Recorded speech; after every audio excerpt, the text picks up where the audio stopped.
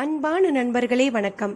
நாம் கேட்டுக்கொண்டிருப்பது திரு காலசக்கரம் நரசிம்மா அவர்களின் குபேரவன காவல். வாசிப்பது ஸ்ரீலதா தயாளன். போன பகுதியின் தொடர்ச்சியாக மிருகா கொடுத்த புகைப்படங்களை பார்த்து கொண்டிருந்த புருஷோத்தமன் அச்சத்தின் உச்சத்திற்கே போய்விட்டான்.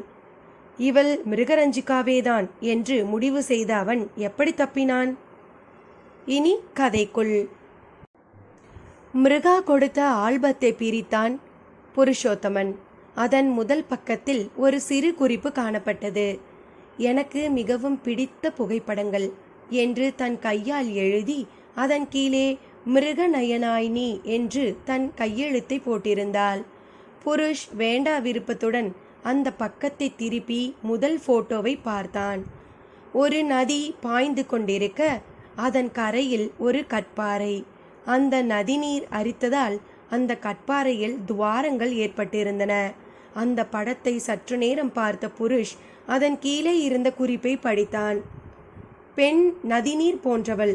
அவளது வேகம் கற்பாறை போன்ற கடினமான எந்த ஆண்மகனையும் தவிடு பொடியாக்கி கரைத்துவிடும் என்கின்ற பொருள் தரும் இந்த புகைப்படம் நான் எடுத்த சிறந்த புகைப்படங்களில் ஒன்று என்று இருந்தது.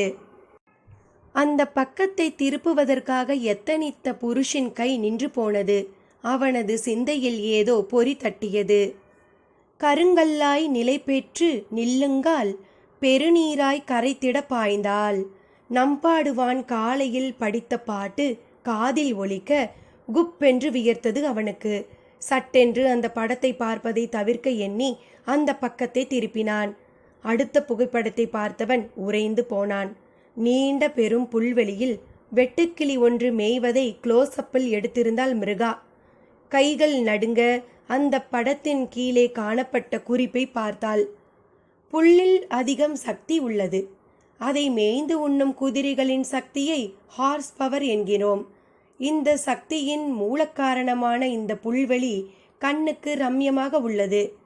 இந்த புல்லை மேயும் வெட்டுக்கிளி ஒரு குதிரையாக மாறினாலும் ஆச்சரியமில்லை என்று எழுதப்பட்டிருந்தது. நாக்கு உலர்ந்து போக புருஷ் அடுத்த பக்கத்திற்கு தாவினான். ஒரு அழகிய ரோஜா பூவில் வண்டு ஒன்று அமர்ந்து தேன் குடிப்பதை படம் பிடித்திருந்தாள் மிருகா. உடனே குறிப்பை கவனித்தான். பெண்ணை பூவுக்கும் ஆணை வண்டுக்கும் ஒப்பிடுகின்றனர் மடையர்கள். உண்மையில் பெண்களின் கண்களை கருவண்டாக கூறுபவர்கள்தான் புத்திசாலிகள். வண்டு பூவை துளைத்து தேனை அருந்துவது போல பெண்களின் கூரிய கண்கள் ஆண்களின் பலமான மார்பை துளைத்து அவர்களது இதயமலர் தேனை ருசித்து அவர்களை தங்கள் வசம் இழக்க செய்கின்றன என்றிருந்தது.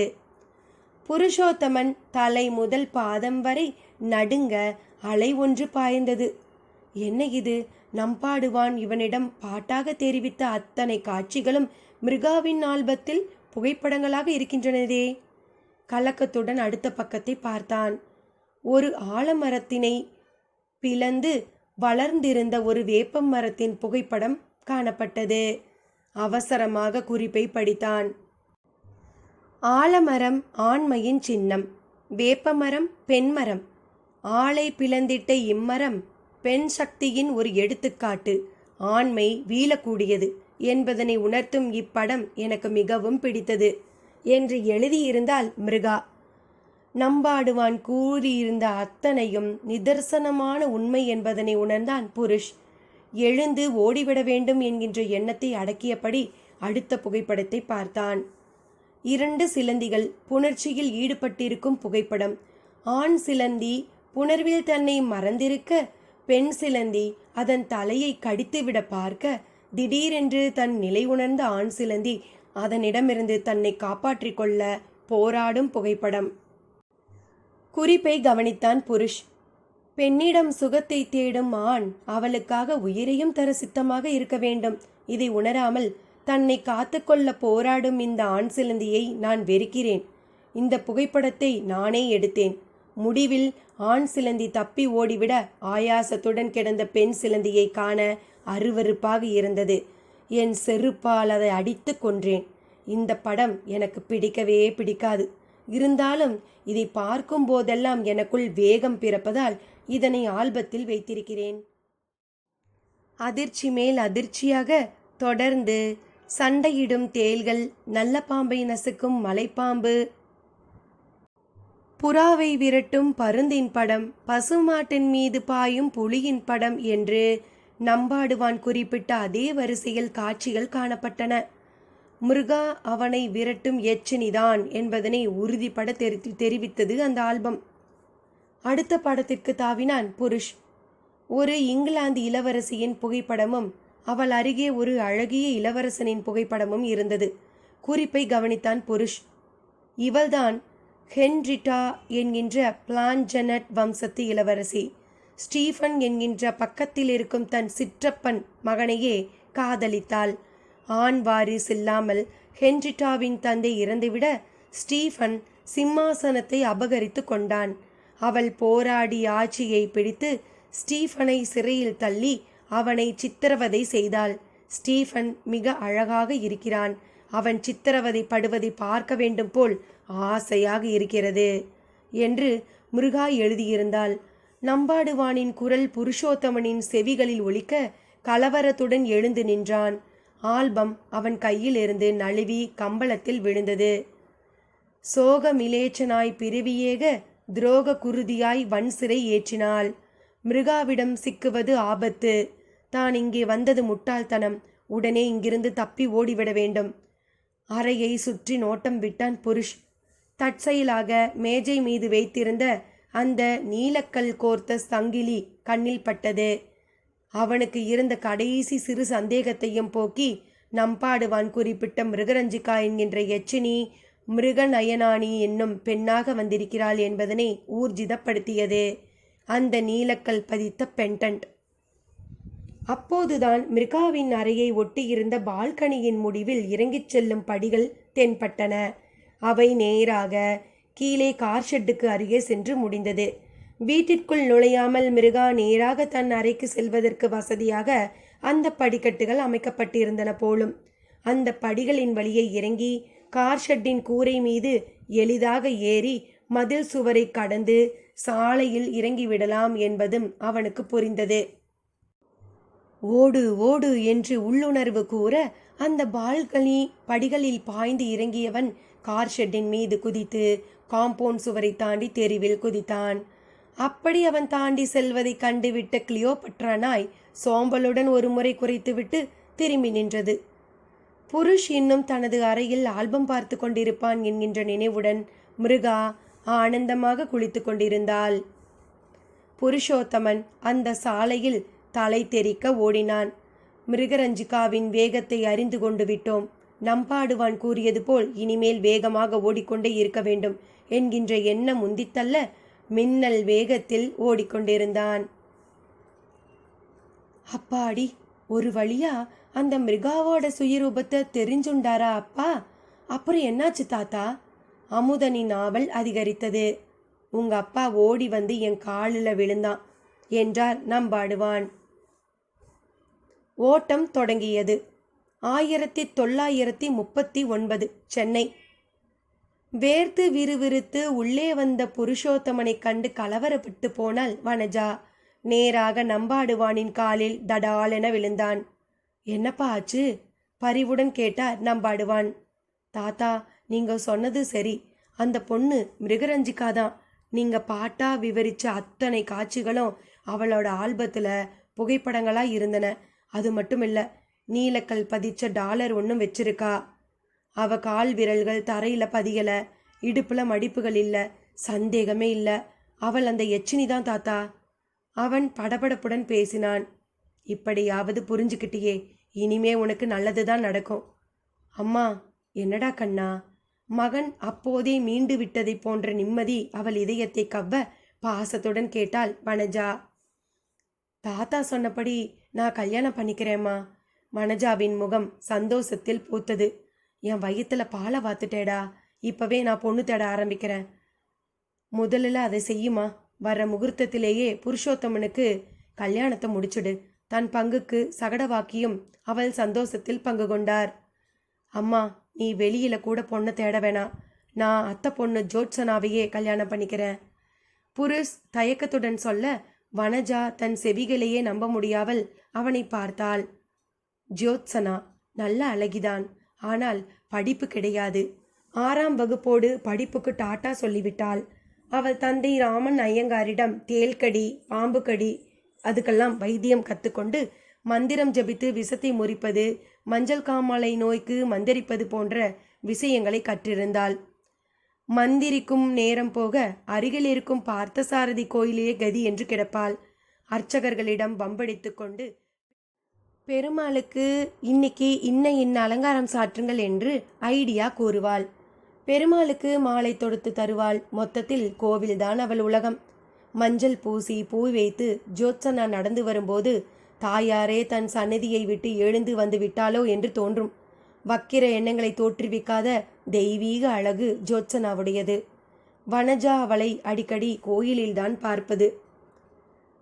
இவள் கோயிலுக்கு செல்லும் போதெல்லாம் ஜோத்சனாதான் தன் வீட்டுக்கு வந்த விருந்தாளியைப் போல வனஜாவை வரவேற்பாள்.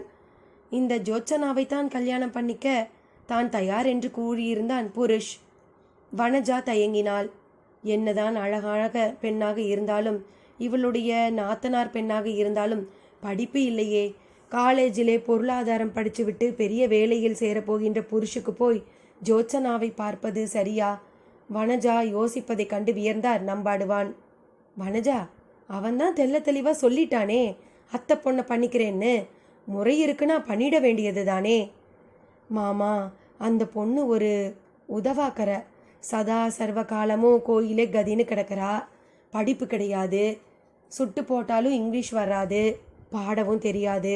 அவளுக்கு தெரிஞ்சது எல்லாம் பாம்பு கடி தேள் கடிக்கு மந்திரிக்கிறது தான். குடும்பத்துக்கு அடக்கமாக இருப்பா, ஆனால் பொது விஷயங்கள் தெரியாது. மொத்தத்தில் என்றவளை இடைமறித்தார் நம்பாடுவான்.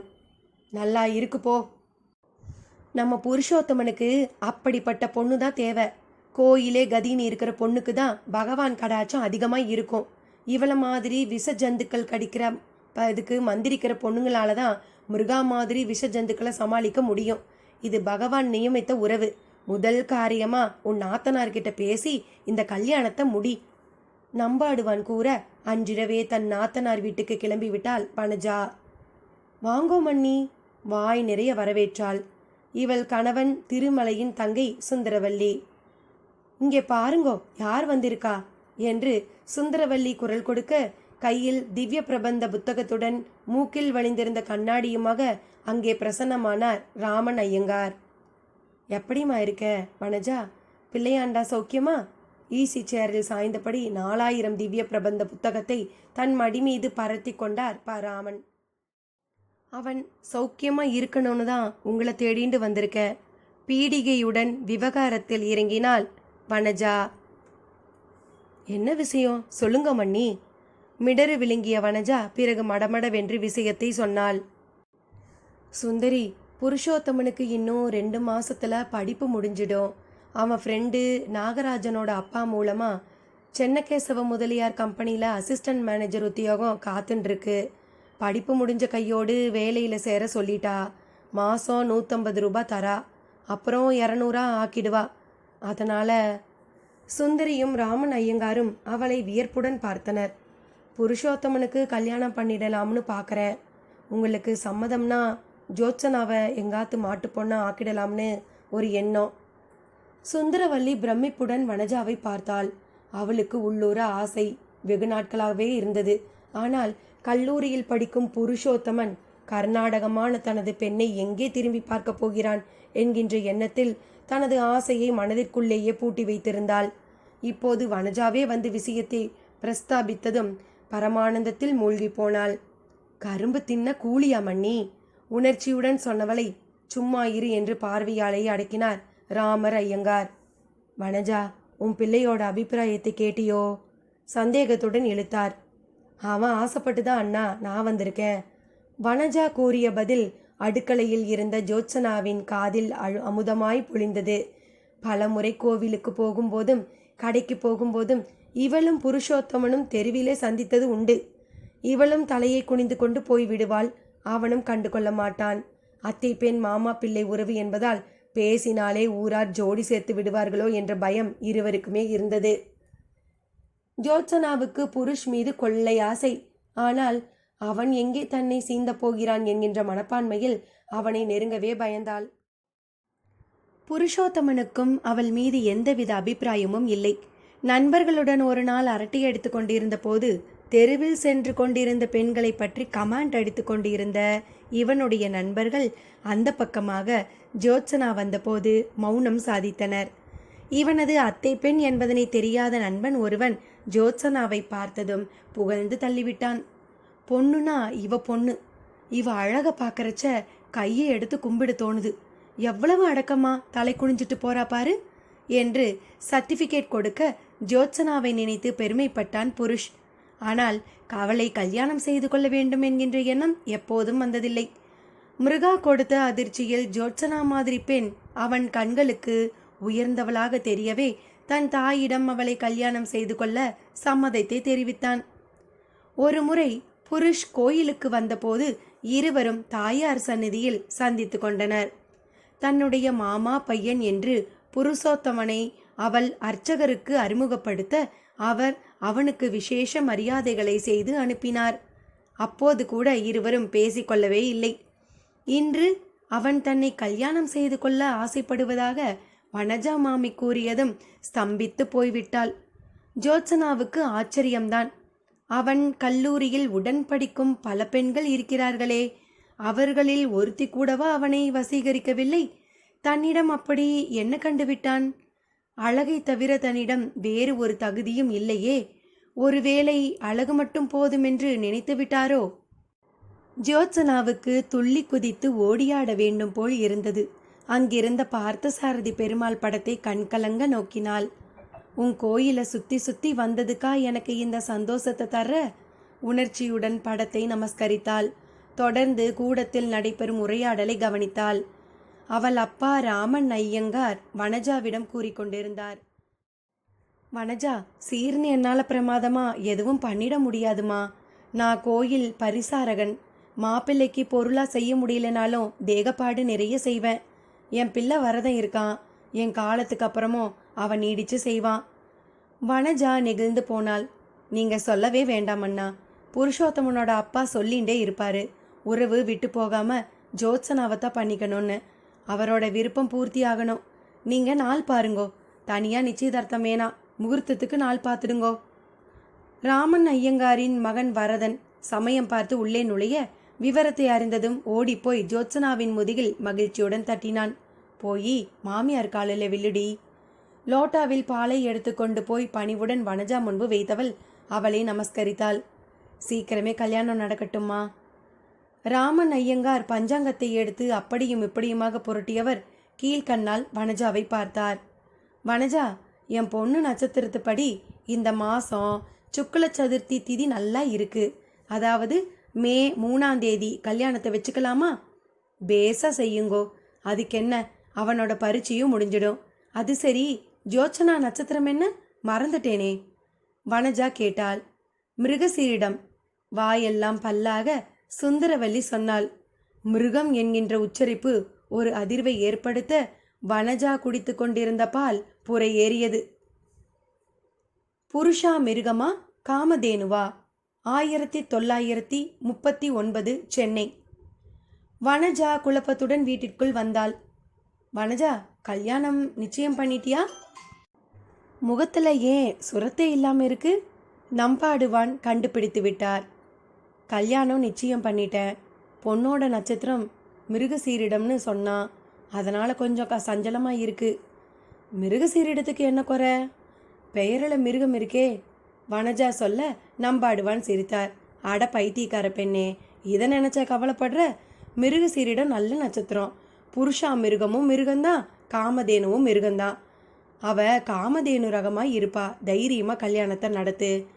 வனஜா அதன் பிறகே சமாதானம் அடைந்தாள். வனஜாம்மா, ஊரில் எல்லாத்தையும் போட்டதுபடி வந்திருக்கேன். புருஷோத்தமனுக்கு தான் கல்யாணம் நிச்சயம் பண்ணிட்டியே, இனிமே கவலை இல்லை. நான் கொஞ்சம் ஊர் வரைக்கும் போயிட்டு வரேன், நம்பாடுவான்னு சொன்னார். சரி, போயிட்டு வாங்கோ. ஆனால் கல்யாணத்துக்கு 2 நாள் முன்னாடியே வந்துடுங்கோ. மே மாதம் 3ஆம் தேதி கல்யாணம். கண்டிப்புடன் கூறினாள் வனஜா. கட்டாயம் வந்துடுறேம்மா. வனஜாவிடமும் புருஷோத்தமனிடமும் விடைபெற்று கொண்டு கிளம்பினார் நம்பாடுவான். ஊரை நோக்கி பயணித்த நம்பாடுவானின் சிந்தனையில் ஏதோ உறுத்தி கொண்டிருந்தது. வனஜா கல்யாண தேதியை குறிப்பிட்டதிலிருந்துதான் அந்த உறுத்தல் தொடங்கி இருந்தது. மே 3 அன்று வேறு ஏதோ ஒன்று நடக்கப் போவதாக அவர் சிந்தையில் மணியடித்தது. யோசித்து பார்த்தும் சட்டென்று ஞாபகத்துக்கு வரவில்லை. சிதம்பரம் சென்று சேர்ந்ததுமே பளிச்சென்று சிந்தையில் மின்னல் அடித்தது. புருஷோத்தமன் ஜோத்சனா கல்யாண தேதியான மே 3ஆம் தேதி சிதம்பரத்தில் புருஷாமிருக வாகனத்தில் ஈஸ்வரனுக்கு வீதி உலா நடக்க இருந்தது. அதனால் அவரால் அந்த கல்யாணத்துக்கு போக முடியாது. குரூர காதலி 1939 சென்னை. குளித்துவிட்டு தன்னை பிரமாதமாக அலங்கரித்து கொண்டு தன் அறையை நோக்கி சென்றாள் மிருகா. வேலைக்காரர்கள் ஹாலை அழகாக ஜோடித்து கொண்டிருந்தனர். இவளுடைய தோழிகள் அப்பாவின் நண்பர்கள், அம்மாவின் தோழிகள், உறவினர்கள் என்று இன்னும் கொஞ்ச நேரத்தில் ஹால் நிரம்பி வழியும். ஆனால் அவளை பொறுத்தவரை அன்றைய விஐபி புருஷ்தான். முதலாக தான் அவனை சந்தித்த சூழ்நிலையை நினைத்து கொண்டாள். தன் ஜாகுவார் கார் சைக்கிளில் சென்ற இருவர் மீது மோதிவிட அலட்சியமாகத்தான் காரை விட்டு இறங்கினாள். சைக்கிளில் சென்றவர்களை திட்டி தீர்க்க வேண்டும் என்று நினைத்து கோபத்துடன் கீழே விழுந்து கிடந்தவர்களை பார்த்தவள் அசந்து போய் நின்றுவிட்டாள். மிருகா எத்தனையோ பார்ட்டிகளுக்கு போயிருக்கிறாள். விருந்துகளில் கலந்து கொண்டிருக்கிறாள். அவளுடைய அப்பா கவர்மெண்ட் ப்ளீடர் வாசனுக்கு பிரிட்டிஷ் அரசாங்கம் சர் பட்டம் கொடுத்து கௌரவித்தது. அவரை பார்ட்டி நடந்த விழாவிற்கு சென்னை மாகாண கவர்னர் ஜான் எர்க்சைன் வந்திருந்தார். மிருகாவை கண்டதும் எழுந்து வந்து அவரே தன்னை அறிமுகப்படுத்தி கொண்டார். மே ஐ டான்ஸ் வித் யூ டியர் என்று கேட்க மிருகா அவருடன் நடனமாட, அதன் பின் நான் நீ என்று வெள்ளைக்கார இளைஞர்கள் இவளுடன் நடனமாட வேண்டி கியூவில் நின்றனர். விதேசி சுதேசி என்று எத்தனையோ கட்டழகு வாலிபர்கள் இவள் அழகில் மயங்கி ஐ லவ் யூ என்று சொல்லியிருக்கின்றனர். ஆனால் ஒருவன் கூட தனக்கு சமமில்லை என்று அவர்களை நிராகரித்து விட்டிருந்தாள். ஆனால் வேட்டி கட்டி நெற்றியில் ஸ்ரீசூர்ணம் கோடுடன் தெருவில் விழுந்து கிடக்கும் அந்த இளைஞனை பார்த்ததுமே அவள் மனது படபடக்க தொடங்கியது. ஒரு ஆணுக்கு போய் இவ்வளவு அழகா? நிறம், முகவெட்டு, உடற்கட்டு எல்லாமே கனகச்சிதம். சுருள் சுருளான அந்த இளைஞனின் முடிக்கற்றை பீச் காற்றில் அலை பாய்ந்ததை பார்த்ததும் அப்பாடா! மிருகாவின் கோபம் வடிய ஆர்வத்துடன் அந்த இளைஞனை நோக்கினாள். அவன் பாதம் சைக்கிள் சக்கரத்தில் சிக்கியதால் காயம் பட்டு இரத்தம் பெருகி கொண்டிருந்தது. அடிபட்ட தன் பாதத்தை அந்த இளைஞன் பார்த்து கொண்டிருந்தானே தவிர இவளை ஏறிட்டும் பார்க்கவில்லை. உடனிருந்த இளைஞன்தான் இவளை திட்டிக் கொண்டிருந்தான். அவனது பேச்சை அலட்சியம் செய்த மிருகா அடிபட்டு கிடந்த அந்த மற்றொரு வாலிபனையே வெறித்து பார்த்து கொண்டிருந்தாள். அவனை பார்த்ததுமே திருவல்லிக்கேணியை சேர்ந்த ஒரு மத்திய வர்க்கத்து வாலிபன் என்பதனை புரிந்து கொண்டாள். ஆடம்பரமும் நாகரிகமும் பாதிக்காத ஒரு வைதிக குடும்பத்தை சேர்ந்தவன் என்பதனையும் கண்டு கொண்டாள். அவனை கண்டதுமே அவளுக்குள் ஒரு ஈர்ப்பு. அவன் தனக்கானவே பிறந்தவன் என்கின்ற எண்ணம் ஏற்பட்டு அவனை கையோடு அழைத்து போய்விட வேண்டும் என்கின்ற ஆவல் கிளம்பியது. ஏன் இப்படியெல்லாம் தோன்றுகிறது? கட்டுமஸ்தான் அவனது மார்பை பார்த்ததுமே ஏனோ தன் கூரிய நகங்களை பார்க்க தோன்றியது. அவனுடன் காதல் லீலை புரியும் போது தம் நகங்களால் அவன் மார்புகளில் கீறி காயப்படுத்தினால் எப்படி இருக்கும்? அவனை காயப்படுத்தி விட்டோம் என்கின்ற குற்ற உணர்வு இல்லாமல் அவன் காலில் பெருகிக் கொண்டிருந்த இரத்தத்தை பார்த்ததும் தன்னுள் ஒரு குரூர திருப்தி அடைவதை கண்டு திகைத்தாள் மிருகா. என் மனதில் ஏன் இப்படியெல்லாம் தோன்றுகிறது? ஒருவேளை இந்த குரூர எண்ணங்கள் தான் பின்னாளில் காதல் உண்டாவதற்கு அறிகுறியா? இல்லை, காதல் என்றால் இப்படியெல்லாம் தோன்றாதே. எத்தனை புத்தகங்களில் படித்திருக்கிறாள். காதல் உண்டாகும் பெண்கள் காதலரின் பரந்த மார்பில் ஒடுங்கத்தானே நினைப்பார்கள். ஆனால் எனக்கு இந்த இளைஞனை கட்டி போட்டு அடிமைப்படுத்தி அவனை குரூரத்துடன் கையாள வேண்டும் என்று தானே தோன்றுகிறது. இது ஒரு வகை இன்ஃபாக்சுவேஷனா? இல்லை தன்னை போன்ற பெரும் பணக்காரர்களுக்கு மத்திய வர்க்க மக்களை கண்டால் ஏற்படும் எரிச்சல்தான் அவன் மீது உண்டாகி இருக்கிறதா? தன் மன ஓட்டத்தின் அர்த்தம் புரியாமல் ஒப்புக்கு ஒரு வார்த்தை சாரி என்று அந்த இளைஞனிடம் சொன்னாள். பரவாயில்லை என்று ஒரே வார்த்தையை பதிலாக தந்தான் அவன். அதன் பிறகு அவனை பற்றிய எண்ணங்களை உதற முடியாமல் அவன் சிகிச்சை பெற்ற ஹாஸ்பிட்டலுக்கு தேடிப்போய் அவனை பற்றி விவரங்களை தெரிந்து கொண்டாள். ஏனோ அவனுடைய அம்மாவுக்கு இவளை பிடிக்கவில்லை. பார்வையாலேயே இவளை சுட்டெரித்தாள். அவன் வீட்டுக்கு தேடிச் சென்று காதல் வசனம் பேசியபோது அவன் இவளை உதாசீனம் செய்தான். அதனால் அவன் மீது இன்னும் பிடிப்பு அதிகமானது. பிறந்த நாளுக்கு அழைத்த போது கூட அவன் எங்கே வரப்போகிறான் என்று நினைத்தாள். ஆனால் கரெக்டாக வந்து நின்று விட்டான். இன்றே புருஷ் மீது பிடியை இறுக்கிக் கொண்டு விட வேண்டும். அவனை அப்பா அம்மாவுக்கு அறிமுகப்படுத்த வேண்டும். He is going to be my life partner என்று பர்த்டே பார்ட்டியில் அறிவிக்க வேண்டும். ஏராளமான கனவுகளுடன் ஒரு தரம் மாடிப்படி லேண்டிங்கில் பதித்திருந்த கண்ணாடியில் தன் உருவத்தை பார்த்து கொண்டாள். சந்தன நிறத்தில் China silk gown, diamond necklace, வைரம் பதிக்கப்பட்ட சுவிட்சர்லாந்து கைகடிகாரம் என மின்னிக் கொண்டிருந்தாள். புருஷோத்தமன் என்னும் அப்ராணியை வீழ்த்த இந்த அலங்காரமே அதிகப்படியாக தோன்ற திருப்தியுடன் மிச்சமிருந்த மாடிப்படிகளில் ஏறினாள். மேல் படியை அடைந்தவள் ஒரு கணம் ஹாலின் மையத்தில் தொங்கிக் கொண்டிருந்த விளக்கை பார்த்தாள். பலூன்களையும் ரிப்பன்களையும் கட்டி வேலைக்காரர்கள் அலங்கரிக்க திருப்தியுடன் அதை ரசித்து பார்த்தாள் மிருகா. சாரி புருஷ், உங்களை ரொம்ப நேரம் வெயிட் பண்ண வச்சுட்டேன் என்று குலைவாக பேசியபடி உள்ளே நுழைந்தாள். உள்ளே மின் விசிறி சுழன்று கொண்டிருந்தது. மேஜை மீது இருந்த ஒரு பத்திரிகையின் பக்கங்கள் ஃபேன் காற்றில் படபடத்து கொண்டிருந்தன. புருஷ் அறையில் இருக்கவில்லை. ஒருவேளை பாத்ரூமுக்கு போயிருப்பானோ? நெற்றியில் குழப்பரேகைகள் உண்டாக மாடிப்படி வளைவில் நின்று எட்டி பார்த்து கீழே இருந்த வேலைக்காரர்களை கேட்டாள். ரூமில் இருந்து என் ஃப்ரெண்ட் இந்த பக்கம் இறங்கி போனாரா? இல்லை மேடம், நாங்கள் இங்கே தானே இருக்கோம். அவர்களில் ஒருவன் குரல் கொடுக்க குழப்பம் எரிச்சலாக மாற மீண்டும் அறைக்குள் நுழைந்தாள். தற்செயலாக அவள் பார்வை கீழே கவிழ்ந்து கிடந்த ஆல்பம் மீது படர்ந்தது. ஆல்பம் பார்த்து கொண்டிருந்தவன் திடீரென்று எங்கே மாயமாய் போனான்? தனது எண்ணங்களை முழுமையாக ஆக்கிரமித்து கொண்டு தன்னை அலைக்கழிக்கும் புருஷோத்தமன் மீது கடும் கோபம் கொண்டாள் மிருகா. பழைய நினைவுகள். 1957 சிதம்பரம். தாத்தா, முக்கியமான இடத்துல நிறுத்தி சஸ்பென்ஸ் கொடுக்குறீங்களே. முருகா கிட்ட இருந்து தப்பிச்ச அப்பா எப்படி திரும்பி அவகிட்ட மாட்டினார்? அமுதன் கேட்க வேதனையுடன் அவனை பார்த்து சகடவாக்கி, அவன் தப்பிச்சுட்டான்னு தான் நான் நினைச்சேன். நிம்மதியா சிதம்பரத்துக்கும் கிளம்பி போனேன். ஆனா என்னென்னவோ நடந்து போச்சு. மீண்டும் பழைய நினைவுகளில் ஆழ்ந்தார் நம்பாடுவான். கெடுவை மீறினால் கேடு. 1939 Chennai. Stop the bloody party. I am not in a celebrative mood. மாடி வளைவில் நின்று கூப்பாடு போட்ட மிருகாவின் அலறல் அந்த பங்களாவையே அதிர வைத்தது. ஓடி ஆடி கொண்டிருந்த வேலையாட்கள் வெலவெலத்து போய் நிற்க அவள் அப்பா வாகீசனும் அம்மா சாரதாவும் பதைத்து போய் ஓடி வந்தார்கள். என்னம்மா ஆச்சு? ஆதங்கத்துடன் கேட்ட வாகீசனை பார்த்து பொங்கினாள் மிருகா. கேன்சல் தி பார்ட்டி டாடி, எனக்கு மனசு சரியில்லை.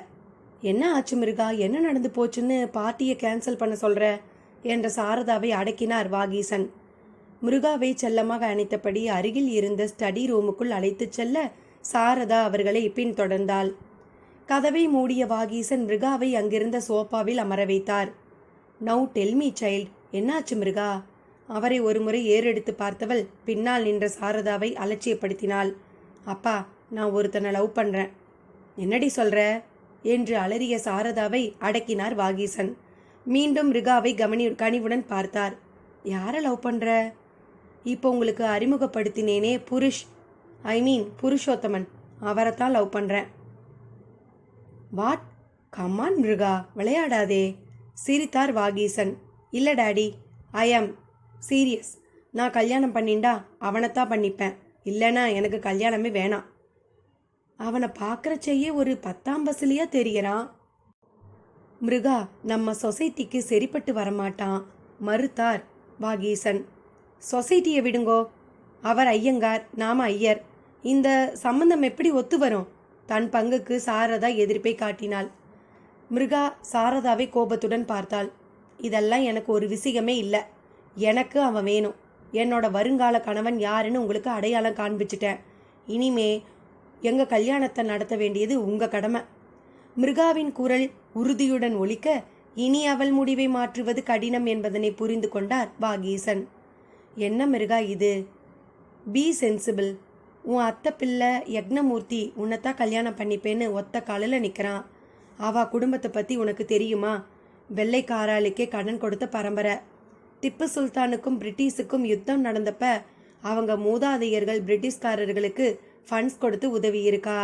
தண்டையார்பேட்டையில் கடல் போல பங்களா, மைசூரில் எஸ்டேட்டு, ஊட்டியில் எஸ்டேட்டு, பாலக்காட்டில் பெட்ரோல் பங்கு, பட்டாம்பிலே ஊரையே வளைச்சி போட்டு நிலம்னு அவ்வளவும் திரண்ட சொத்தும் அவன் ஒருத்தன்தான் வாரிசுங்கிற மாதிரி. நான் அவனைத்தான் மாப்பிள்ளையாக ஏற்றுக்க போகிறேன். நான்சென்ஸ். நீங்கள் கிங் ஜார்ஜையே மாப்பிள்ளையாக கொண்டு வந்தாலும் ஐ டோன்ட் கேர். புருஷ் தான் என்னோட கணவர். சரி, நீ அவனை லவ் பண்ணுறதுக்கும் இப்போ பார்ட்டியை கேன்சல் செய்கிறதுக்கும் என்ன சம்மந்தம்? கெஸ்டெல்லாம் வர ஆரம்பிச்சிட்டா. இப்போ பார்ட்டியை நடத்துவோம். முடிஞ்சப்புறமா நாம் இதை பற்றி பேசலாம். இப்போதைக்கு நிலைமையை சமாளிக்க எண்ணினால் சாரதா. முடியாது. இன்னைக்கு நடக்க போகிறது என்னோட பர்த்டே பார்ட்டி இல்லை, என்னோட என்கேஜ்மெண்ட். அதுக்கு தான் அவனை நான் வர சொல்லியிருந்தேன். கேக் கட் பண்ணின உடனே உங்கள் வாயால் எங்கள் என்கேஜ்மெண்ட் பற்றி பார்ட்டியில் அறிவிக்கணும்னு நினச்சேன். ஆனால் அவனை காணோம். ஆத்திரத்துடன் வார்த்தைகளை உமிழ்ந்தாள் மிருகா. காணோமா? அப்பாடி என்றிருந்தது வாகீசனுக்கும் சாரதாக்கும். இவர்களது பங்களாவையும் ஸ்டேட்டஸையும் பார்த்து பயந்து போய் ஓடியிருப்பான். தொலைந்தது சனியன். மனதுக்குள் நினைத்தாள் சாரதா. எதுக்கு ஓடி போயிட்டான்? வாகீசன் கேட்க, தெரியல என்று வெறுப்புடன் சொன்னாள் மிருகா.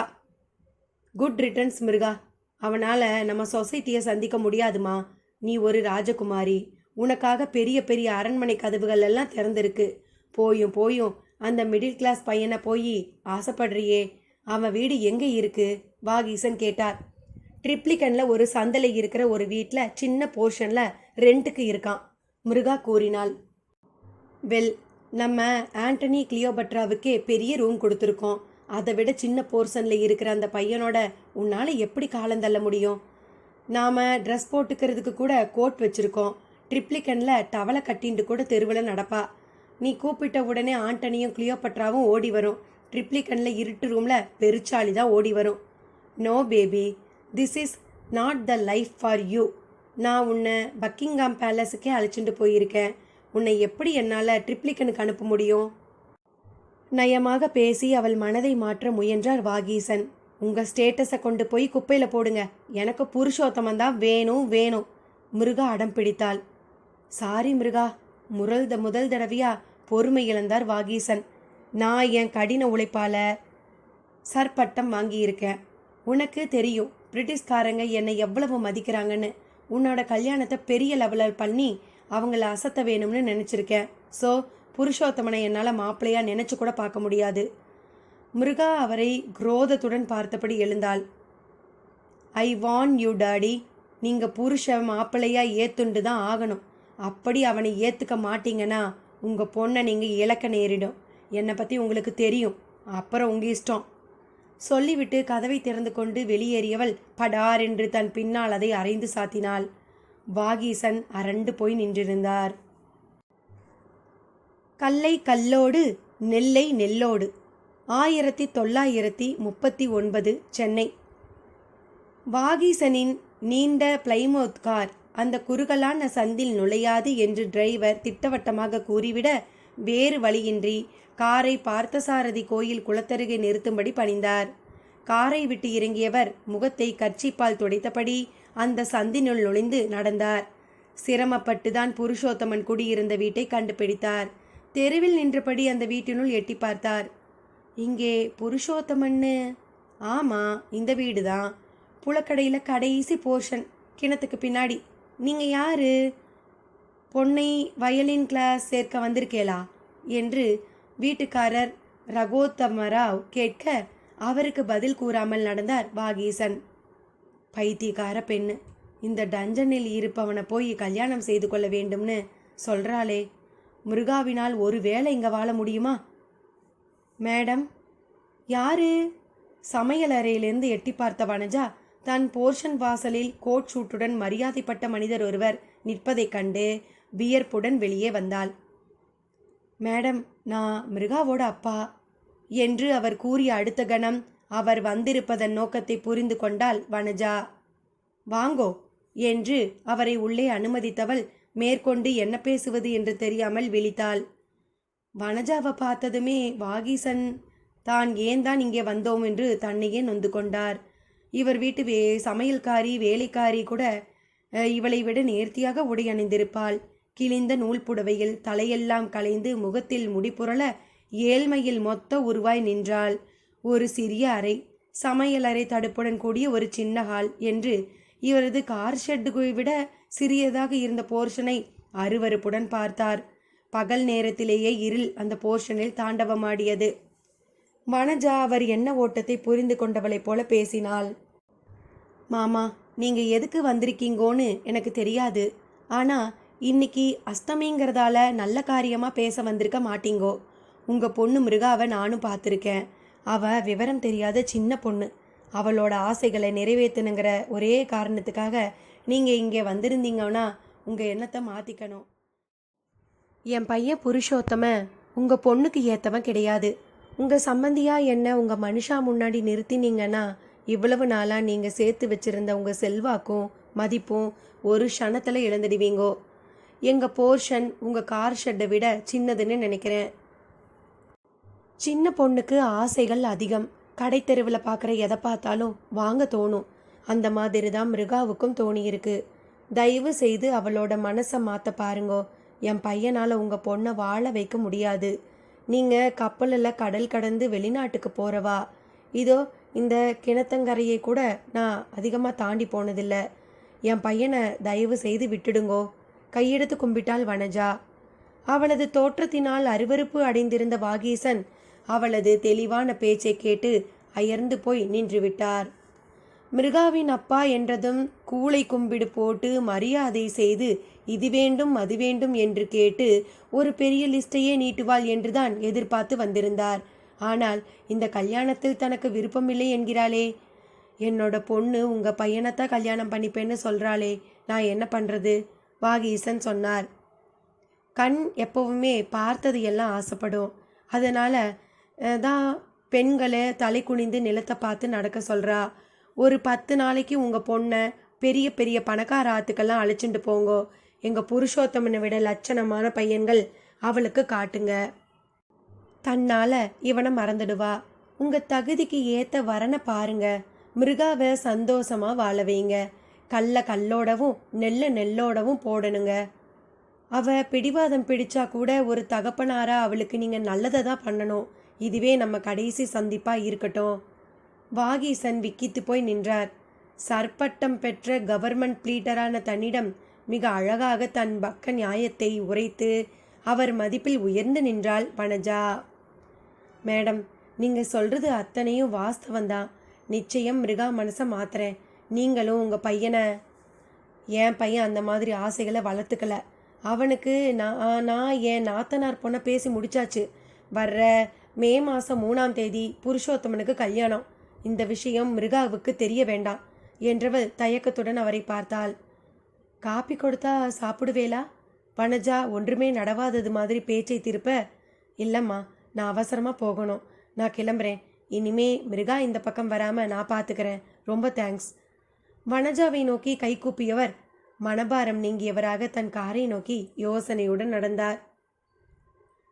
புருஷோத்தமனுக்கு கல்யாணம் நிச்சயமாகி இருப்பதை எக்காரணம் கொண்டு மிருகாவுக்கு தெரியப்படுத்தக்கூடாது என்று தன்னையே எச்சரித்து கொண்டார் வாகீசன்.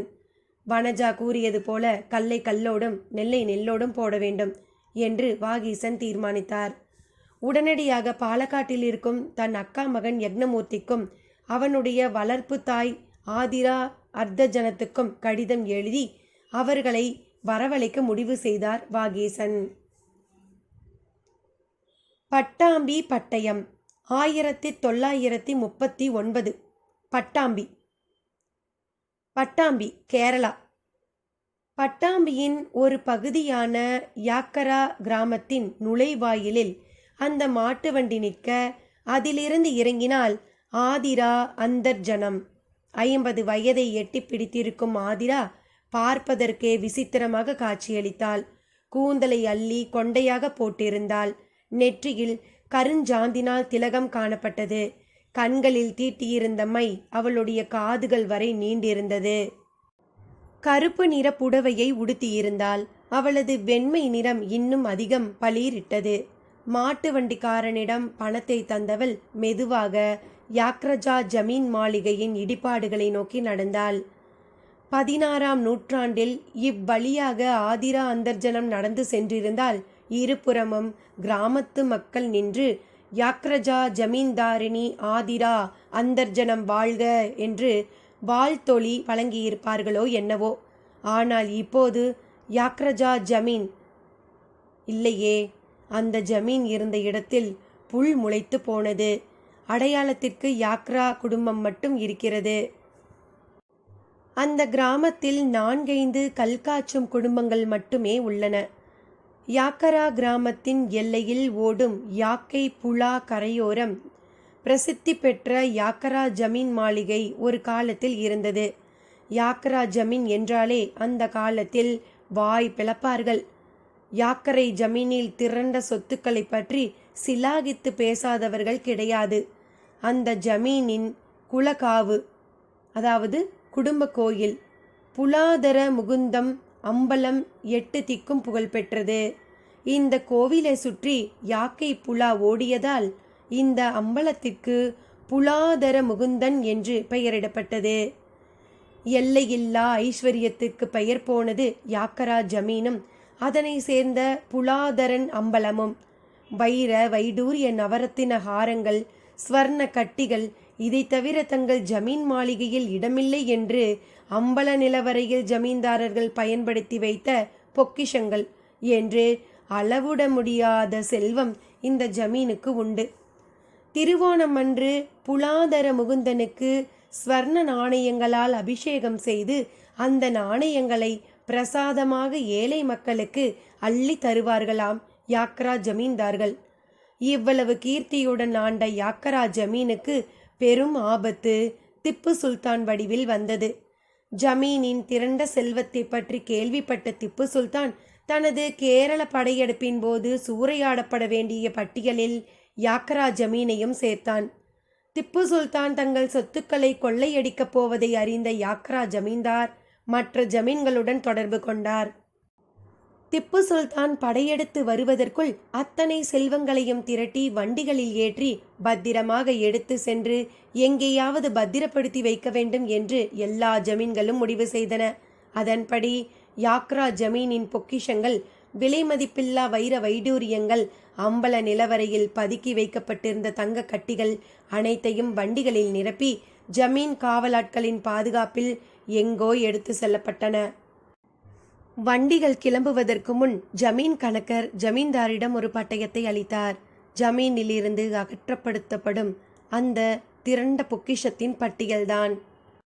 ஜமீன்தாரின் பொன்பாகை, அதில் சொருகப்பட்டிருந்த வைரங்கள் முதல் நவரத்ன கணையாளிகள், அரைஞான்கள், ரத்ன கவசங்கள், 500 தடா தங்க நாணயங்கள் என்று ஆதி முதல் அந்தம் வரை எல்லாமும் பட்டயத்தில் குறிக்கப்பட்டிருந்தன. பட்டயத்தை ஒரு தரம் வாசித்து பார்த்த ஜமீன்தார் தலையசைக்க கணக்கர் உடனே அருகில் இருந்த ஒரு அதிகாரியை பார்த்தார். அவர் அந்த பட்டயத்தில் ஏதோ ஒரு இலச்சினையை பதித்து தங்கள் பொறுப்பில் யாக்ரா ஜமீனின் பொக்கிஷம் இருக்க போவதாக ஆதாரம் அளிக்க 2 பட்டயங்கள் எழுதப்பட்டன. ஒன்று அந்த அதிகாரி வசமும் மற்றொன்று யாக்ரா ஜமீன்தார் வசமும் தரப்பட்டன. கணக்கர் கொடியசைக்க யாக்ரா ஜமீனின் பொக்கிஷங்கள் தெற்கு நோக்கி எடுத்து செல்லப்பட்டன. திப்பு சுல்தான் படையெடுத்து வந்தான். தான் மிகவும் ஆவலுடன் எதிர்பார்த்த யாக்ரா ஜமீனின் பொக்கிஷம் அவனுக்கு கிடைக்காமல் போனது. அந்த கோபத்தை ஜமீன் மீதும் அதன் காவான புலாதர முகுந்தன் அம்பலத்தின் மீதும் காட்டினான். ஜமீன் குடும்பம் அழிக்கப்பட்டது. எஞ்சியவர்கள் திக்கொருவராக உயிர் தப்பி ஓடினர். மூளைக்கொருவராக பிரிந்தாலும் திப்பு சுல்தான் திரும்பி சென்றதும் மீண்டும் ஒன்று கூடி ஜமீனை நிறுவி பதுக்கி வைக்கப்பட்ட அந்த பொக்கிஷங்களை எடுக்க வேண்டும் என்று அவர்கள் திட்டம் தீட்டினர். அந்த சந்தர்ப்பத்துக்காக எதிர்பார்த்து காத்திருந்தனர். ஆனால் 200 ஆண்டுகள் உருண்டோடி விட்டன. யாக்ரா ஜமீனை பற்றியும் அதன் பொக்கிஷங்களை பற்றியும் அநேகமாக அனைவருமே மறந்து போயினர். அந்த ஜமீன் பரம்பரையில் வந்த மகேஸ்வர யாக்ரா மட்டும் அந்த புதையலை பற்றி அறிந்திருந்தார்.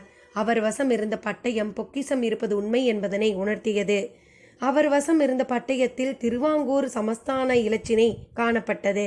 பொக்கிஷம் அவர்கள் வசம் இருக்க வேண்டும் என்பதனை அறிந்து சமஸ்தானத்திடம் தொடர்பு கொண்டார். ஆனால் சரியான பதில் கிடைக்கவில்லை. 200 ஆண்டுகள் சம்பந்தப்பட்ட விவகாரம், எங்களுக்கு எப்படி தெரியும் என்று போத்தாம்போக்கில் பதில் தரப்பட மகேஸ்வர யாக்ரா மனமுடைந்தார். மரணப்படுக்கையில் தன் ஒரே மகள் ஆதிராவை அழைத்து பட்டயத்தை அவளிடம் கொடுத்தார். ஆதிரா, இது நம்ம ஜமீன் பொக்கிஷத்தை பற்றி சொல்கிற பட்டயம். இதை பத்திரமா வச்சுக்க. என்னைக்காவது பொக்கிஷம் பற்றிய செய்தி வெளியே வரும். அப்போ நம்ம உரிமையை நிலைநாட்டுறதுக்கு இது ஒன்று தான் ஆதாரம். பத்திரம் என்று யாக்ரா ஜமீன் பொக்கிஷத்தின் நினைவிலேயே தன் உயிரை விட்டார். ஆதிராவுக்கு ஆதரவில்லாமல் போக பொக்கிஷத்தை பற்றிய பட்டயத்தை பாதுகாக்கும் பொறுப்பும் அதை மீட்க வேண்டும் என்ற எண்ணத்துடனும் அவள் வாழ்வு தொடங்கியது. அப்படிப்பட்ட ஆதிராவின் வளர்ப்பு மகன்தான் யக்னன். மிருகாவுக்கும் யக்னனுக்கும் திருமணம் நடந்ததா? ஆதிரா பொக்கிஷத்தை எடுத்தாளா? புருஷோத்தமன் என்ன ஆனான்? பார்க்கலாம் அடுத்த பகுதியில். நன்றி நண்பர்களே.